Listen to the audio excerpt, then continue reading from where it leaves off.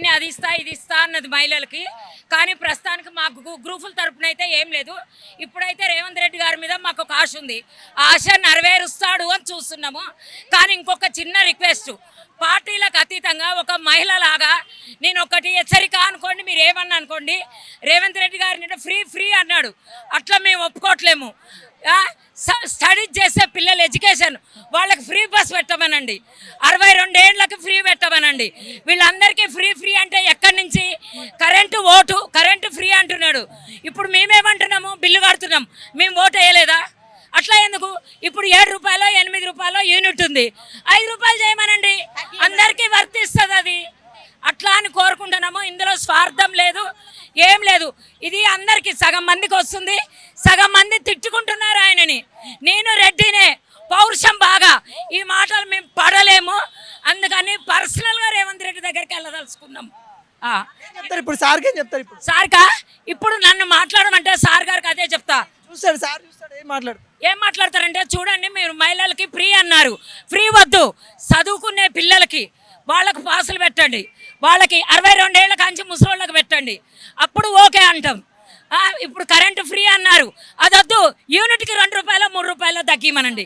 Bus ఛార్జీలు 150 ఉందనుకో 120 పెట్టమనండి, 100 ఉందనుకో 80 రూపాయలు పెట్టమనండి, అట్లా పెట్టమనండి. కానీ మాడోళ్ళని కొట్టుకోవద్దని చెప్పండి. ఫ్రీ బస్సులు పెట్టి కొట్టుకుంటున్నారు కాబట్టి ఫ్రీ బస్సులు అనకుండా మాకు చేసేటివి చేయండి. పిల్లలకు చదువులకు కానీ హాస్పిటల్ కానీ అన్ని ఫ్రీగా పెడితేనే బాగుంటుందని రేవంత్ రెడ్డి గారికి మేము కోరుకుంటున్నాము.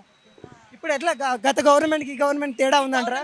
గవర్నమెంట్కి చాలా తేడా ఉంది. మేము టీఆర్ఎస్లో కన్నా కష్టాలు పడ్డాం, కాంగ్రెస్ రావాలని మస్తు పడ్డాం, కేసులు కొట్లాటలు పీకిలాటలు మస్తు పడ్డాం. కాకపోతే ఇప్పుడు మాది వచ్చింది, మేము దౌర్జన్యం చేస్తలేము, మేము అందరినీ కలుపుకొని పోతున్నాం. అదే విధంగా పోవాలి, మనం మాట తెచ్చుకోకుండా అదే విధంగా చేయాలి. కాకపోతే కొన్ని న్యాయం చేయాలి.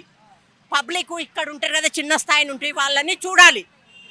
పెద్ద స్థాయిలో అక్కడ చెప్పే వాళ్ళు కూడా చిన్న స్థాయి నుండి వచ్చే వాళ్ళతోటి చెప్పినవి విని చెయ్యాలి.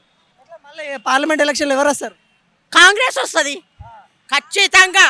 అన్నవన్నీ నెరవేర్చే కంపల్సరీ కాంగ్రెస్ రావచ్చు, అందుకనే రావాలి.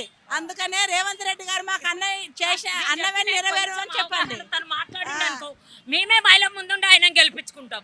ఇక్కడ మహిళా సదస్సు ఏదైతే అన్నారేమో నిజంగా చూసుకున్నట్లయితే ఘోరంగా అసలు వీళ్ళ ఉత్సాహము వీళ్ళ చూసుకుంటే చాలా ఆనందదాయక అయితే ఉంది. ఇంకా కొంతమందితో మాట్లాడే ప్రయత్నం చేస్తాము, ఇంకా కొంతమందితో అన్న ఎట్లా అన్న ఇప్పుడు మొత్తం మహిళలకే అంటున్నారు, మరి మనకేమన్నా ఉందా? మహిళలకు సంబంధించి మీటింగ్ కాబట్టి మహిళలకే గవర్నమెంట్ అనౌన్స్ చేస్తుంది, తర్వాతకి పురుషులకు అనౌన్స్ చేస్తుంది. మనకేం కోరుకుంటారు? మనకేముంటుంది, మనకి నిరుద్యోగులకు ఉద్యోగాలు ఇవ్వాలి, ఉద్యోగస్తులకు శాలరీస్ పెంచాలి, పిల్లల చదువులకు మంచిగా గవర్నమెంట్ ఆర్థిక సాయం అందించాలని మనం కోరుకుంటాం. ఇప్పుడు పాత గవర్నమెంట్ ఈ గవర్నమెంట్కి ఎంత తేడా ఉన్నదా, లేకుండా ఏదైతే అప్పుడు ఉన్న గవర్నమెంట్ లెక్కనే ఉందంటారా? ఇప్పుడే గవర్నమెంట్ కొత్తగా ఏర్పడింది కాబట్టి ఇంకా దానికి ఈ గవర్నమెంట్ కూడా టైం ఇవ్వాలి. పాత గవర్నమెంట్ ఎట్లా చేసింది, ఈ గవర్నమెంట్ ఎట్లా చేసింది, మనకు కొంచెం టైం ఇచ్చినా కానీ ఈ గవర్నమెంట్ మనం అభిప్రాయం చెప్పగలం, కానీ ఇప్పుడే ఏం చెప్పలేము కదా.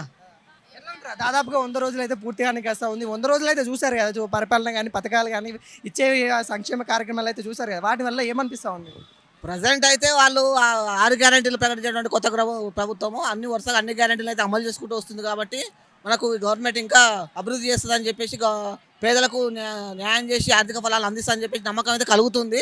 ఈ టైం ఇంకా ఉంది కాబట్టి ఈ లోపు ఇంకా ఏమైనా కొత్త కార్యక్రమాలు ప్రవేశపెట్టి ప్రభుత్వం మనకు నిరుపేదలకు కానీ మహిళా స్వయం సహాయక సంఘాలకు కానీ నిరుద్యోగులకు కానీ యువతకు కానీ ఎలాంటి ఆర్థిక అవకాశాలు కల్పిస్తుంది, ఉద్యోగ అవకాశాలు కల్పిస్తుంది అనేది మనకు భవిష్యత్తులో చూస్తాం.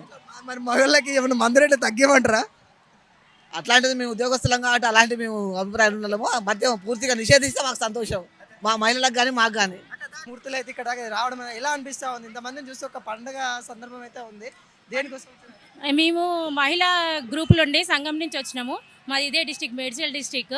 అంటే సంఘాలకి వడ్డీ లేని రుణాలు ఈరోజు అనేది ప్రకటిస్తామని చెప్పి రేవంత్ రెడ్డి గారు మాకు చెప్పారు.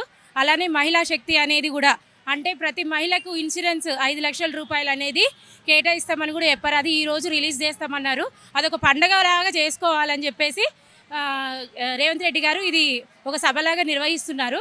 మాకు చాలా సంతోషంగా ఉందండి. అలానే ఇంకా మహిళా గ్రూప్లని ముందు ముందు ప్రతి దాంట్లో పార్టిసిపేట్ చేయాలి అని చెప్పేసి, అలానే మాకు యూనిఫామ్స్ కూడా స్టిచ్చింగ్ కోసం ఇస్తామని చెప్పారు.